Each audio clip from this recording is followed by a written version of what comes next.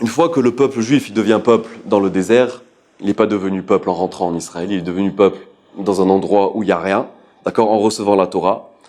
Hachem a dit à présent, essayons une expérience. On va prendre un peuple anormal, d'accord, on nous décrit comme Mamlechet Kohanim Vegoy Kadosh, d'accord, un peuple saint et une nation de Kohanim, et on va tenter une expérience. On va prendre donc ce peuple qui est anormal et on va le mettre dans une situation normale. À savoir, on va le faire entrer dans un pays, on va lui demander de gérer un pays, comme toutes les autres nations. Et là commence une nouvelle page de l'histoire, une page de l'histoire où le peuple juif, maintenant qui a connu la manne, qui a connu le puits de Myriam, va devoir commencer à travailler pour sa subsistance, va devoir commencer à cultiver, à s'installer dans un pays.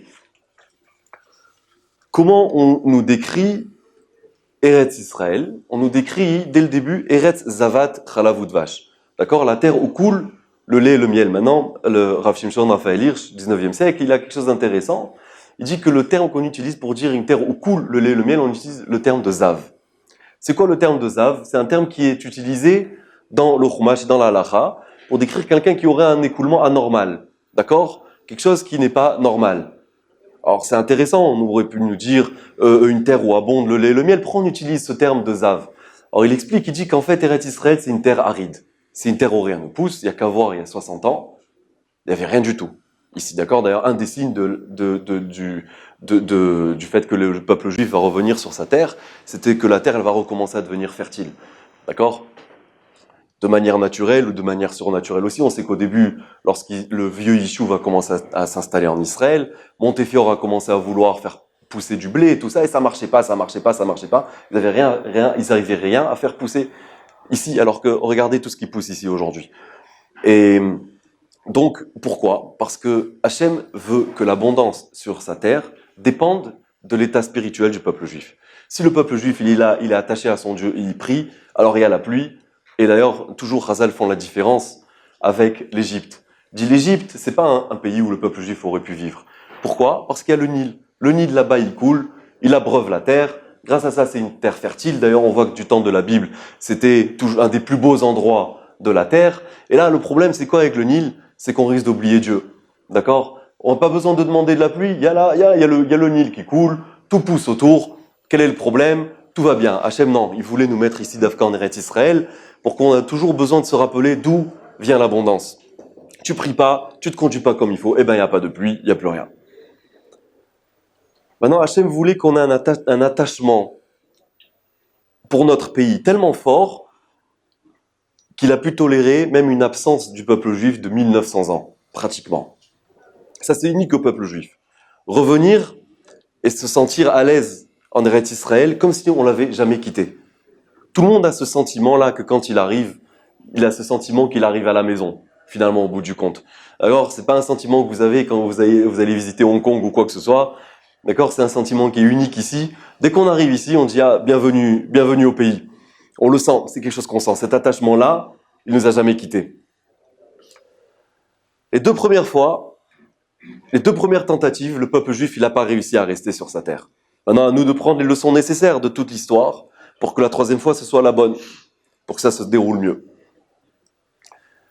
Autre chose aussi qu'on apprend, donc le peuple d'Israël, le peuple juif rentre en Israël, et là, donc juste avant de rentrer, Moshe Rabbeinu et Niftar, ils meurent. Là aussi, la Torah, elle nous apprend que les meilleurs des individus du peuple juif, ils sont mortels. Beaucoup de problèmes ont surgi dans l'histoire, parce que certains pensaient, ou ils n'étaient pas prêts à accepter le fait qu'ils étaient mortels, comme on le verra. Yoshua, qui est l'élève direct de Moshe Rabbeinu, il arrive à garder, lui, maintenant, les choses de manière centrale. Il y a un peuple qui est uni, un peuple qui agit ensemble, un peuple qui réagit ensemble, un peuple qui s'entraide. D'accord? Ça, c'est la situation lorsque Yoshua donc, prend la direction des choses ici en Eretz Israël. Mais après sa mort, une fois que l'Ebné Israël s'installe, chacun a son territoire, chacun a sa part qui lui revient en Eretz Israël. Et là, d'un peuple, il se transforme en 12 tribus. Petit à petit, il y a une espèce de division qui se crée. Chacun est intéressé par ce qui se passe chez lui. Il n'est pas intéressé par ce qui se passe chez le voisin. J'ai mon territoire, tu as le tien. Les voisins, ils t'attaquent dans ton territoire, les peuples voisins, ils t'attaquent dans ton territoire, tu te débrouilles. C'est pas mon problème. Ils s'éloignent tellement l'un de l'autre qu'on arrive à un moment de crise particulier qui est décrit dans le livre des Juges, le livre de Shoftim, qui est l'histoire de Pilegesh Bagiva avec le Shevet de Binyamin. Donc tous les tribus se battent contre le Shevet de Binyamin et il y a 30 000 morts. Presque, le Shevet de Binyamin, la tribu de Binyamin est quasiment annihilée. Un problème de plus lorsqu'ils arrivent en Israël, c'est la culture des Kénaanites. Avant, les Bnei Israël dans le désert, ils se rebellent sans raison. Maintenant, ils ont une culture étrangère à portée de main, avec tout ce que ça implique. La Avodazara et tous les problèmes qui vont avec. Ils veulent devenir des païens. Ils veulent pas être le peuple choisi. C'est trop dur, c'est une trop grande mission, c'est un trop grand poids sur les épaules. Mais Hachem, il le remet toujours en place. L'alliance qu'il a créée avec le peuple juif, elle peut pas être annulée. Pendant la période des juges, une période qui dure donc à peu près 300-400 ans, la majorité du temps, c'est la guerre avec les voisins.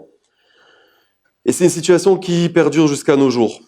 L'Égypte, la Syrie, l'Irak, tous ces pays-là, leur point de rencontre, c'est où? Un petit pays qui se retrouve paumé au milieu, et qui s'appelle Eretz Israël. Encore une fois, difficile d'être Yaakov dans un monde de Lavan et d'Esav. Donc vous voyez, c'est une situation qui continue tout le temps, rien de nouveau. Après la période des juges, où le peuple juif a beaucoup baissé dans l'accomplissement des mitzvot et sa proximité avec Akadosh Baruch Hu, arrive la période de Shmuel. Donc c'est une période charnière, c'est une période où le modèle des juges ne fonctionne plus trop. Et arrive Shmuel, Chazal nous dit, enfin David Ameler lui-même déjà, il nous dit que c'était l'équivalent de Moshe et Aaron, de sa grandeur, d'accord, qu'il était aussi juge, il était aussi navi. Lui, il arrive à recentraliser le peuple juif, il arrive à le réunifier, il arrive à le faire remonter dans son observance des mitzvot, il voyageait dans tout le peuple pour aller les juger, les réconforter, d'accord, et leur montrer le chemin à suivre. Et là, ils connaissent un moment d'atzlacha, moment de réussite contre leurs ennemis. La paix revient. Ok, c'est une bonne période pour le peuple juif. Mais le peuple juif demande un roi, chose qui ne plaît pas ni à Shmuel ni à Kadosh Baruch Hu. L'explication principale qui ressort de tous les commentateurs, comme vous allez l'apprendre dans vos cours de Navi, c'est que c'était prématuré. A priori, c'était prématuré de demander un roi alors qu'ils avaient encore Shmuel pour les diriger. Hachem choisit Shaoul comme roi, d'accord, le premier roi du peuple juif. C'est le plus beau, le plus brave, le plus courageux, le plus tzaddik, on nous dit qu'il était d'une tzidkout extraordinaire. Mis à part qu'il n'est pas le plus tzaddik. Parce qu'on voit que dès le début de sa royauté, il avait une anava, une humilité a priori qui était mal placée. Il n'a pas suivi, dès la deuxième guerre, il n'a pas suivi ce qu'Hachem lui a demandé, à savoir détruire tout le peuple d'Amalek. On subit les conséquences jusqu'à aujourd'hui. Et donc, lorsqu'on cherche des leaders pour le peuple juif, on ne cherche pas des leaders parfaits. On cherche des leaders qui vont savoir mener le peuple juif là où il faut. Qu'il aille la tzidkout, c'est bon pour le monde à venir, mais pas pour diriger le peuple juif. Le deuxième roi, David, qui a l'air un roi tout à fait improbable, il est petit, il est roux, a priori donc nerveux, d'accord? Il est haï par ses frères, il a des origines douteuses, il est berger, il est vu comme un paria, d'accord? Et pourtant, c'est devenu le plus grand roi que le peuple juif n'ait jamais eu. Il n'est pas exemple de critique. Le nar, souvent, on voit que dans les psukim, on lui reproche souvent beaucoup de choses. Il faut savoir que tout ce qui est écrit dans le nar, d'accord, c'est vraiment un concentré, sont décrits là-bas uniquement les événements desquels on a besoin de tirer des leçons pour le futur.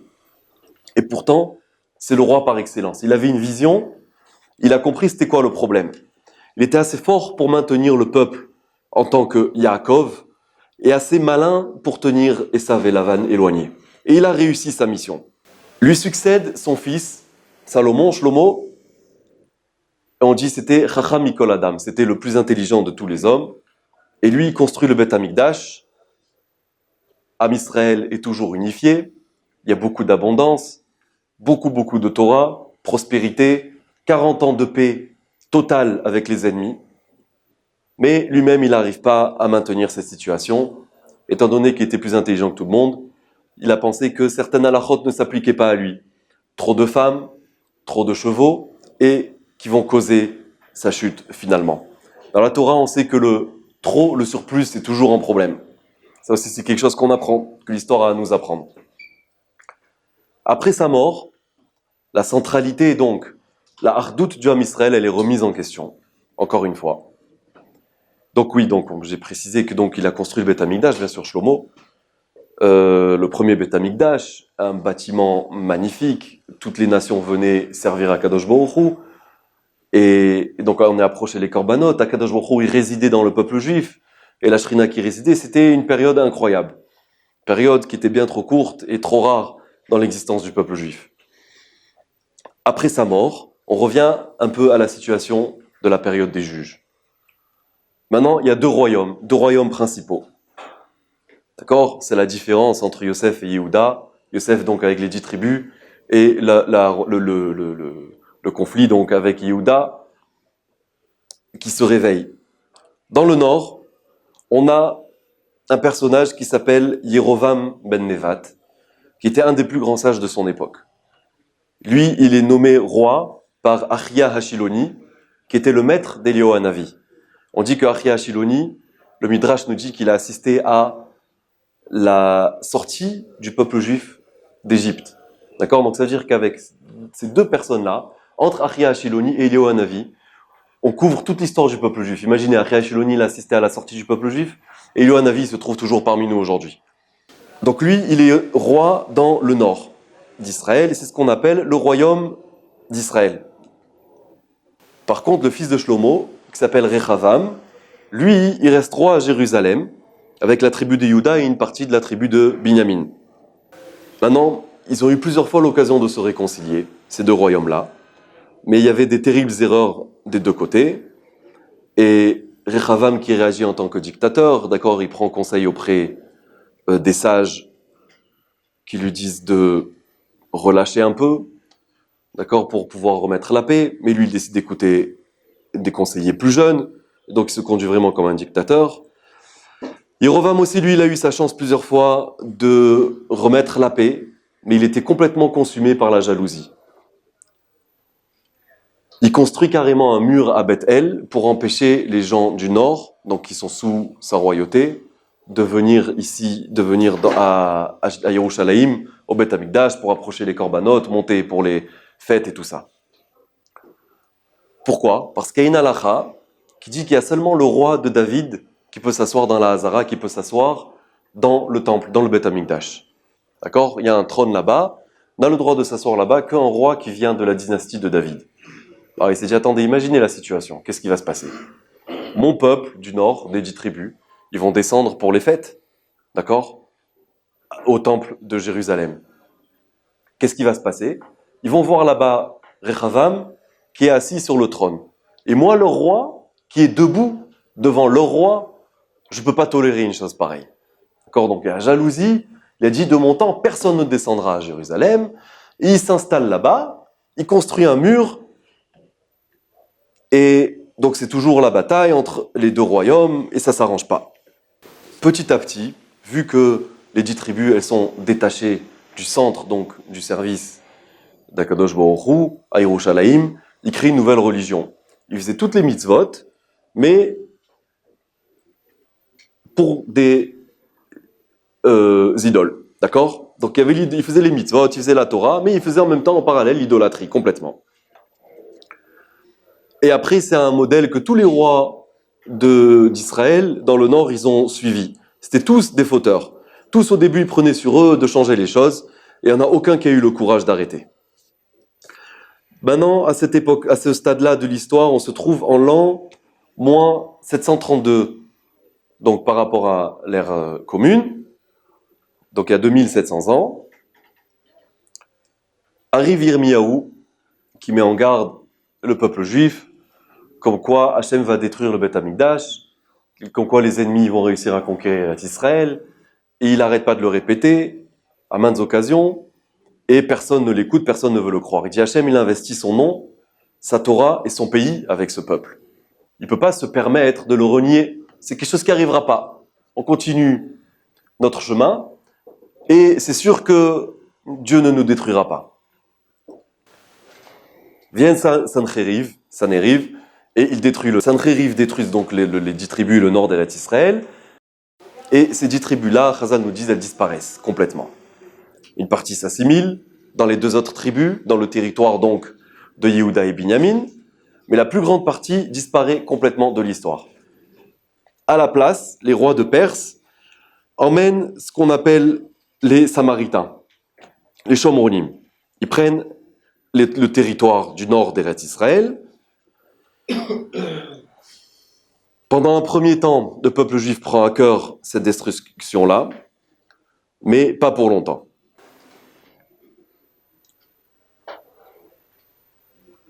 D'accord? Donc, ensuite, après ça, après que Sancheriv détruise donc les 10 tribus, le nord d'Eretz Israël, vient Nebuchadnezzar. Nebuchadnezzar, lui, il détruit le premier temple, et là, le peuple d'Israël fuit sa terre. D'accord? C'est le premier exil. 90% ils vont en Babylone, donc dans le territoire qui a au nord-est d'Eretz Israël, et 10% fuient avec Yirmiyahu le prophète en Égypte. D'ailleurs, Yirmiyahu essaie de prophétiser le retour déjà du peuple juif après cet exil-là, donc il fuit en Égypte. Donc on a maintenant une situation où Israël est complètement détruit, complètement ravagé. Vous avez 90% du peuple juif qui partent en Babylonie, et 10% qui se retrouvent maintenant en Égypte.